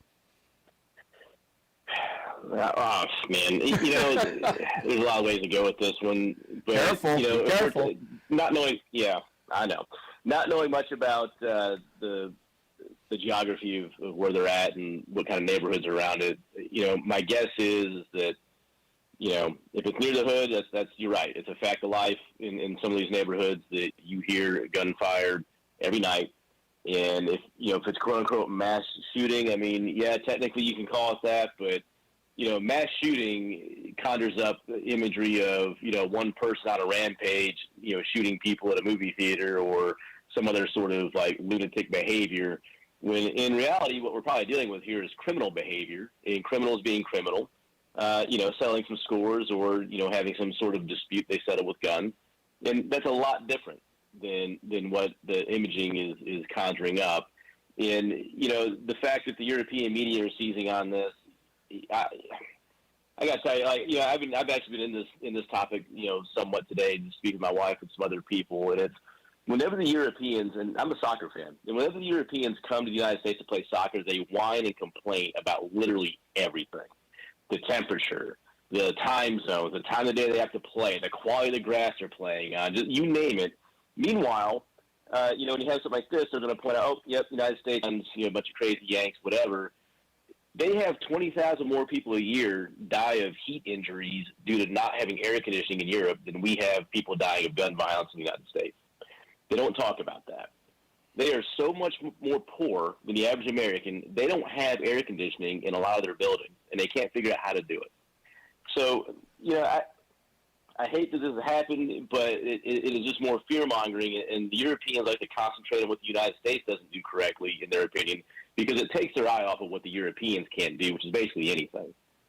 Yeah, it's a mess. Greg, I don't think we have enough time to move to the other two yet for comment right now.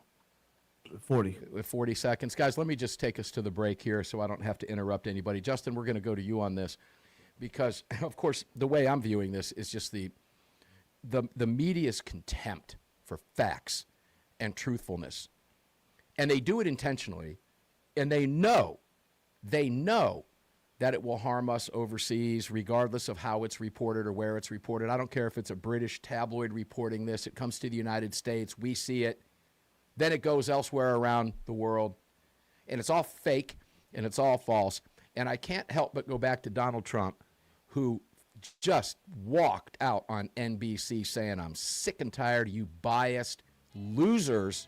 I'm done with you. And she begged him. We came all the way to Missouri to interview you. We came all the way. He said, he tapped her on the shoulder and he said, thank you, darling. And he got up and he left. It's because of this, folks. It's just un-American. We'll be right back with Crew. Don't go away.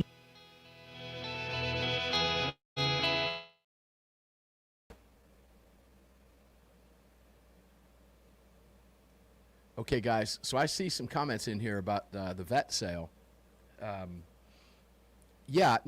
Guys, that car it had 61,158 miles on it, and it was getting ready to need a bunch of work out of warranty, which and this was a Z51, it was built for the track. This car was a 200 mile an hour, literally a 200 mile an hour track car. And you can't use the track options on street roads. It becomes very dangerous because the billet track goes off. All of the traction control goes off when you do that in that car. And they warn you when you take delivery of the vehicle not to even attempt to drive it, particularly at highway speeds in track mode, even though it's fun, and I did. But you take a curve or have to swerve out of the way, that car's going to get away from you because it wants to get away from you. But anyway, besides the point, it was getting really expensive to want to fix. I had it for 5 years, loved it, and just time to move on. I have other cars. I'm now driving a Lexus EX 350, something like that.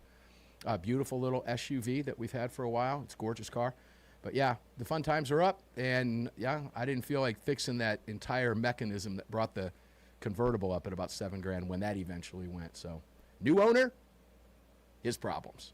To Justin Moon. Justin, you know me a long time, Justin.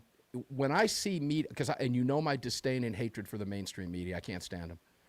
And when you see headlines like this that paint America in a bad light, and none of what happened is true. They even told you it wasn't true in the piece.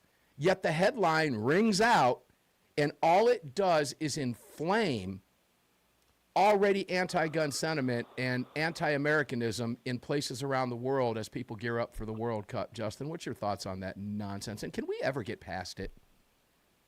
Well, I think it's very clear that the media lies and they have an agenda. And I think right now in in England, there's a lot of revolutionary sentiment because of all the problems which the immigrant Muslims have created over there. And, you know, a lot of people over there across the pond are wondering, you know, maybe they need to have a Second Amendment if they want to get some of their rights back. Well, they do feel that way, Justin. You know, I did a lot of media over the years on BBC, and one of the guys that stands out was a guy by the name of Jeremy Irons, and he was just a typical English, in-your-face, America-hating, gun-hating punk scumbag who would call me a murderer on the BBC, airing throughout Europe, not just in Great Britain, because I was an NRA member and nonsense like this. And every time I did those appearances, Justin, the email that came back to me was the best I ever got from Brits, because I always maintained my cool. I never took the bait with the guy, which kind of shocked him. He was trying for the Red Meat Radio, Justin, and he never got it from me, which shocked my mother and father, quite frankly, more than anybody else, who thought I would certainly take the bait. But I did not, because I realized I was talking to his listeners, not him. And the vast majority of Brits that I heard from would say, thank you for not taking the bait. That guy's a jerk. Don't let what happened here happen to you in America. And the email was overwhelming. Are you surprised to hear that? No, I'm not. I think there's a lot of Brits these days who want to tell the current monarch, just remember what we did to King James.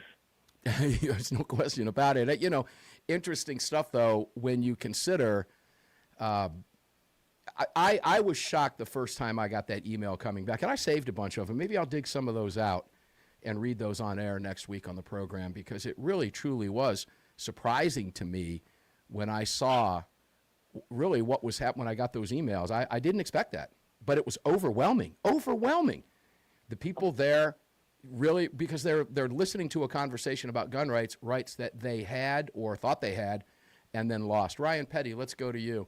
Now, you've got a private thing going on with me in the background, and Ryan, I want to let you know that we'll go to that shortly.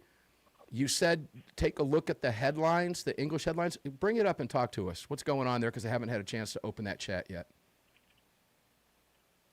Well, since the media is so focused on gun violence in the United States, I thought I'd just scan the headlines over from our across the pond. Just looking at this graphic, which I dropped in there for you to put on screen if you get a chance, Mark, for those that are watching. Here's just a sampling of the headlines, right? NHS sees 50% rise in teen stabbings needing hospital care. Second headline, feral knife attacks where victims stabbed multiple times on the rise. Teenage boy and woman shot in London amid calls to tackle crime. 2 injured after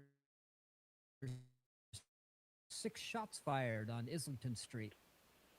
Stop and search is not alone.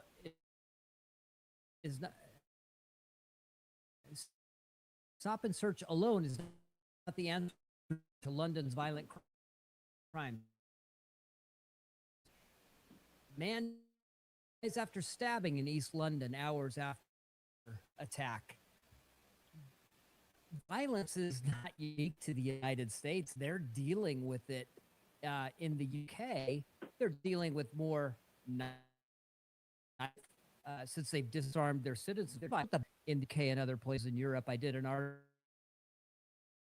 on this for the Federalist a while back. I've talked about it before online. It's unreal. The prep is greater than it is the United States. Yet, if you listened only to the media, if you believed the headlines, and again, this was a deceptively edited article. That title was deceptive in saying that it was near the World Cup and all the other stuff, right? That was purposely done by an editor that hates the Second Amendment, hates freedom, and hates our liberty. Yeah, I've got it up on screen, ladies and gentlemen. If you're watching, you can see it. I'll leave it up there for a few minutes. I'm not surprised by that at all. And Brad, when I'm looking at the headlines, and if you have us, if you're watching it as you're on the air with us, yeah, look, I can open the Atlanta Journal-Constitution, Brad, every day, and I do. I don't get it. I don't pay for it. But I can go to any of the, excuse me, local Fox, local, Channel 11 or whatever it is around here, And I can read the AJC headlines in there, and it's shooting after shooting after shooting after shooting after shooting after shooting after shooting. Then it's a armed robbery. Then it's another carjacking. Then it's something else. It's another theft. That's all before you even see the day's weather, Brad. You know, none of this shocks me at all, and I know it doesn't shock you either. Or does it? Well, no. I mean, it's Atlanta. Right? You know, Atlanta, you know, has had a hellacious gang problem for decades now. It's, you know, if you look at the statistics, it's like Atlanta, Birmingham, St. Louis, Memphis, and Baltimore. All very similar, all very violent cities, all have gang problems. And so when you have, you know, street gangs and you don't do anything about it, you have a violent crime problem in the city. There's just no other way around it. These aren't like, you know, nice suburban people that are shooting each other. It is all, you know, inner city, you know, street gang members that probably have felony rap sheets that are as long as my leg, that have been in and out of jail their entire adult lives, or will refusing to deal with for, yeah, exactly. And you know, you have liberal prosecutors that let them get probation and violate the probation multiple times, and so, you know, that's the result. You're going to end up with a newspaper full of stories about these people shooting each other. That's what they do.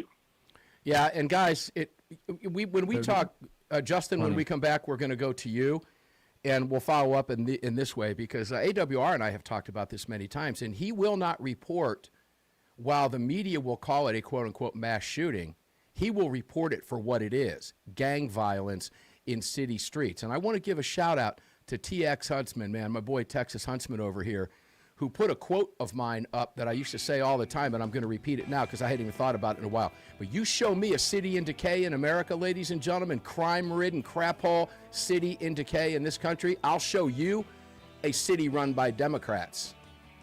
Go ahead, prove me wrong. You won't be able to do it. We'll be right back with the crew.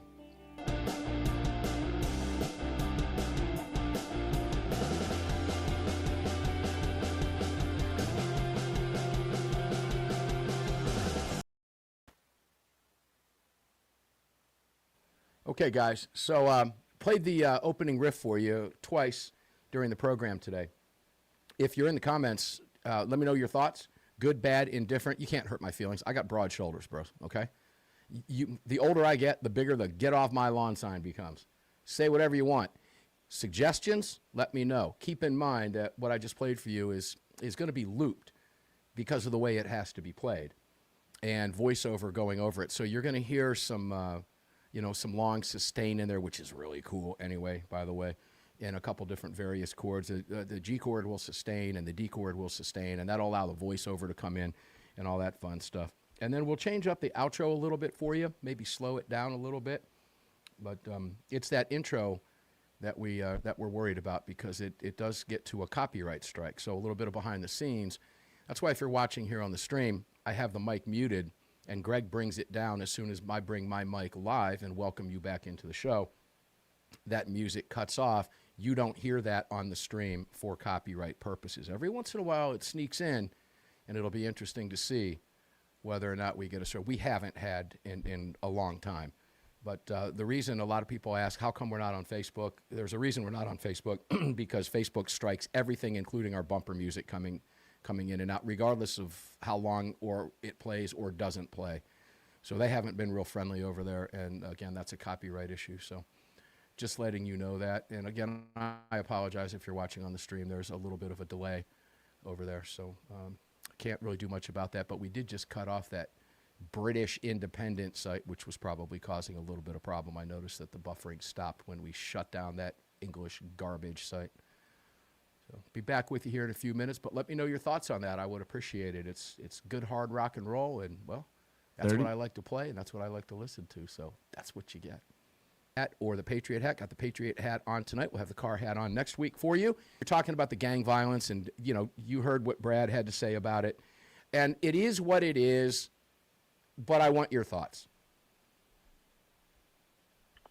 Yeah, I mean, people who live a life of crime and choose to engage in violence, and it's their choice. It's like they're at war all the time with other gangs, and so they accept that lifestyle, and if they end up shooting at each other and killing each other, I mean, that's what they signed up for. So it's not on us; it's on them.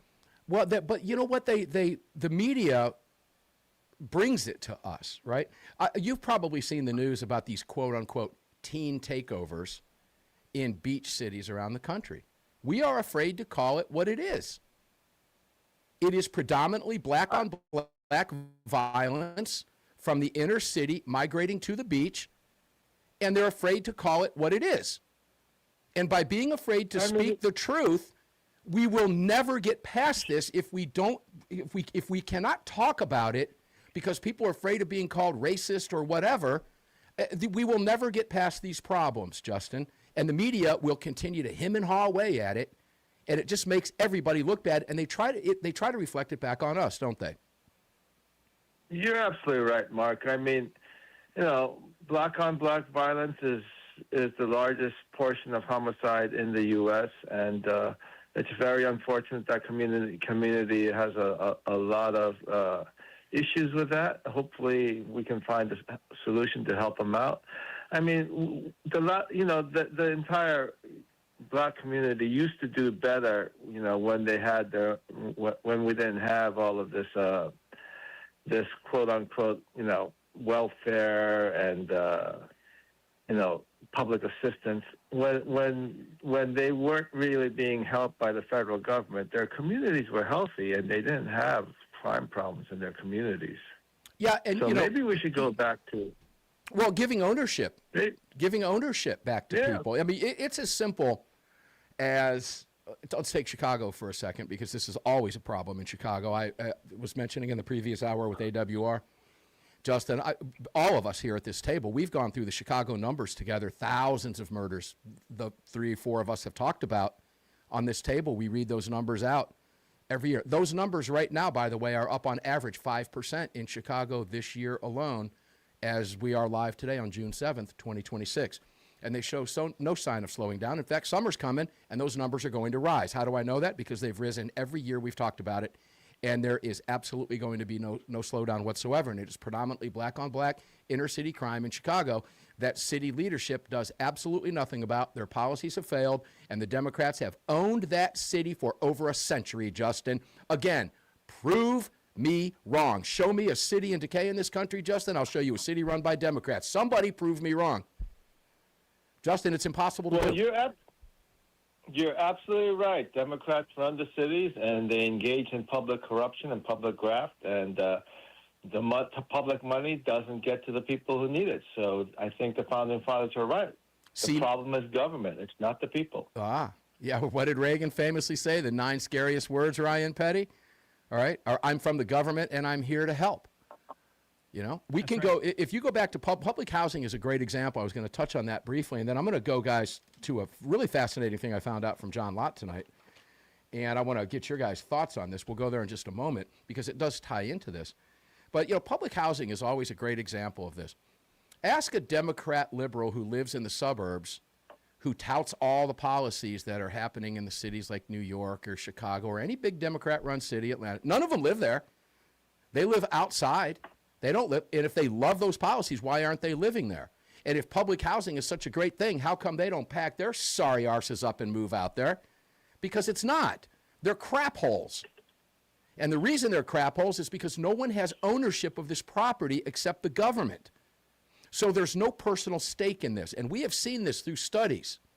All right, this ties back to gun rights because public housing has been trying to ban guns in public housing for years, and it's Alan Gottlieb and the Second Amendment Foundation that have sued that out of existence, where John Lott will tell you good people who live there because they are forced to by the Democrat Party, by the way, ladies and gentlemen, have to have a gun there to protect themselves because it's so bad. But when you provide ownership to people, guess what starts to happen? Flower pots start showing up on the front porch. The front porches get swept. People fix the windows. They fix their neighborhood because they have ownership in it. And again, the easiest analogy I can provide here, Ryan, is a rental car. I guarantee you treat a rental car far different than you treat your own car. Take it away, and then we'll go over to Brad. Of course we do. I mean, the old joke is, what's the fastest car in the world? A rental car. A rental car. because you absolutely don't care, right? So, no, 100%. Look, work Never there's buy some one, by the way, principles here. for a used car, guys. Don't ever buy a rental car. Go ahead. You always want to have a mechanic look at it. Trust me. I've ridden around with some very, very creative engineers that rewired some of the wiring harnesses in the cars, and Too funny. turn signals would turn windshield wipers on and everything else. So, but on a serious note, there's some deeper principles here, right? It goes back to what we were talking about, the love of liberty, the love of self-determination. Work is good for the soul. Welfare destroys the soul. You want to know why those cities are destroyed? It's because for generations, we've handed money from the governments, the soulless government, to these folks, and we've doomed them to this lifestyle of just waiting for a handout rather than the entrepreneurship that's so prevalent in other places. And so, what's ironic about it is, if some of these gangbangers would take some of the entrepreneurial skills they've developed in these in some of these inner city neighborhoods. Oh, man. They run great drug businesses like the corporate, come on.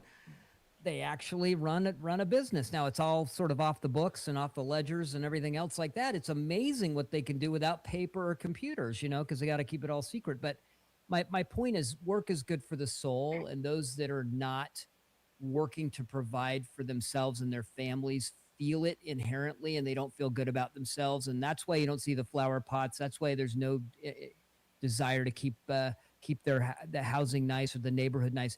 They haven't bought into it. It's not, they don't own it.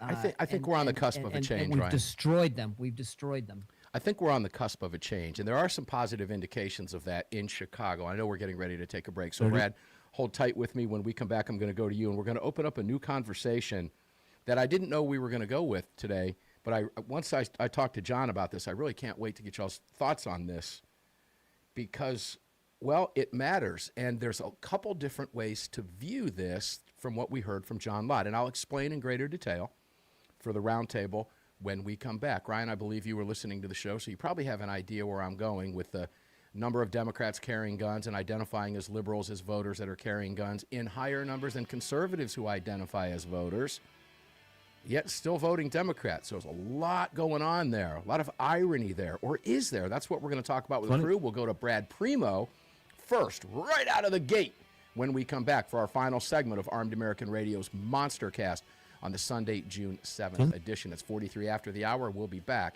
at 48 after. Don't go away. Let's go now to Brad Premo, CEO and founder of Lead Slingers. Brad, I'm going to start a new topic with you here. John Lott made this clear with his last study that he did at crimeresearch.org. And what he found fascinated me, and I think it fascinated him as well. A higher percentage of blacks carry than whites based on population size. Same thing with Hispanics, 15% black, plus I think 18% Hispanics. And men versus women were just slightly below percentage of carry. But what was more interesting to me than anything else was the leading group of voters who identified as voters was Democrats, who identified as liberal voters carried at a bigger percentage than what he found with conservatives who identified as conservatives or Republican voters. Now, that brings up a question. This is where I want to get you going with this, because clearly that's not translating to voting.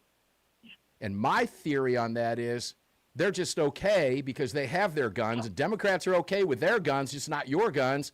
And the Democrats who do carry probably feel, well, I have my gun, and I don't mind jumping through hoops to get my gun because I'm a Democrat.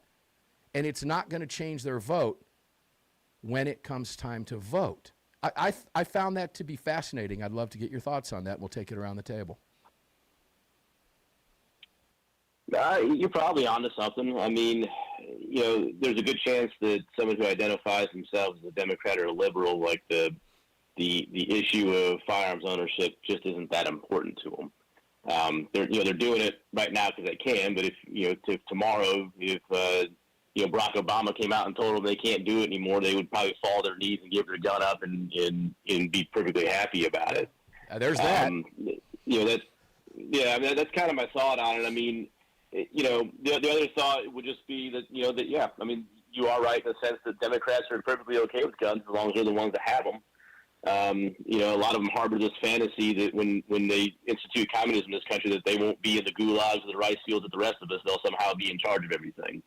So it could be part of that too. Yeah, I don't doubt that. There's really no way to know. Justin, 2 questions for you.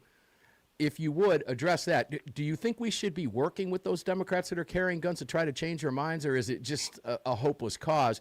And then when you're done with that, I want you to take some time because, believe it or not, the Rod of Iron Festival is coming up in the very near future. I want you to talk about that too. Go for it. Well, we do need an independent vote in order to get a majority. I'm not, if we get 10 or 15% of Democrats too, that helps. But, we definitely need the independents. So I don't know if we need the Democrats per se, but we definitely need independents, and we got to build our tent on the conservative side to include them. And, yeah, the Rod of Iron Freedom Festival is coming around again. We are believe that or not, huh? pro-America, anti-communist, and we are, we are all for protecting the Second Amendment. And if necessary, if it comes to a communist concentration camp or going out on a pile of brass, I think we're on the side of the brass. Yeah, and guys, I can tell you with 100% certainty, so is everybody else at the Rod of Iron Festival, and I can't wait to go there again. That pops up in October. And as we get closer, and believe me, guys, you're going to blink, and we're going to be talking about being there at the event again this year. And hopefully Justin will have me rip some guitar up there on that stage this year. That would be an awful lot of fun. Ryan Petty, I see you over there smiling and shaking your head. I'll let you take us to the music, the Democrat deal with guns and what we found with John Lott. Take it away. We got 30 seconds before I tell you we have a minute. Go for it. Look, I think, I liked what Brad said. The only thing I would add to it is I think generally speaking, man slides towards authoritarianism, which is what the founders understood, which is why they backstopped our rights with the Constitution and the Bill of Rights to protect ourselves. My evidence, every homeowners association president that has ever existed in the history of homeowners associations is my proof point of that. And that's it. That's all I got to say. You are absolutely spot on. And guys, if you've been listening to me over the last 18 years, you know my disdain for homeowners associations. And yes, I live in an HOA neighborhood. But I got to tell you, it's an HOA neighborhood in a very conservative area, and it really hasn't been a problem. For me, anyway. And, I pay the $40 a month for it, whatever it is. It's fairly inexpensive for me, about $400 or $500 a year, and it's worked for us. We have a good conservative homeowners association, so I don't have a problem. But your mileage may differ. Guy Ryan Petty, thank you for being here. We love you, man. Fan favorites, both of you guys for a reason. Brad Premo, fan favorite for a reason. Thank you guys for being here, for everything that you bring to this show every week. Ladies and gentlemen, we're going to get up and do it again tomorrow, 4 p.m. Eastern, 1 Pacific, because they don't want us to. Enjoy your day. Stay safe. We'll see you on the radio. All right, guys. So hope you enjoyed watching the program today. Please subscribe at YouTube if you haven't done that. It's real simple, and it matters because most of the people who watch the videos, and there have been thousands, tens of thousands, most of them don't hit subscribe, and we need you to hit subscribe. So like, share, get your families to do that. It helps Armed American Radio grow into a new arena where we haven't been able to play because they haven't let us. So we're doing some experimenting over there, but you're getting really cool shorts every single day, and some of them are getting just tons of views. Some don't. There's a learning curve over there, okay? Trying to figure out the algorithm when you can't even talk to a human being is tough. What we do know is if you subscribe, like, and comment, if you comment on the videos, I'll put a question up and pin it. Just answer the question. The more people who comment, the more people see it on their home screens, in their YouTube accounts, and the more people click on it, okay? So help us out as we go through that learning curve. We do need you to do that. And eventually everything, the live stuff, will eventually move over to YouTube the way things are going right now. But nonetheless, whether you're watching on X, whether you're watching on YouTube, again, I keep getting the comments all the time, how come you're not on Facebook? We did a test last week because every time we play anything other than my voice, they copyright us.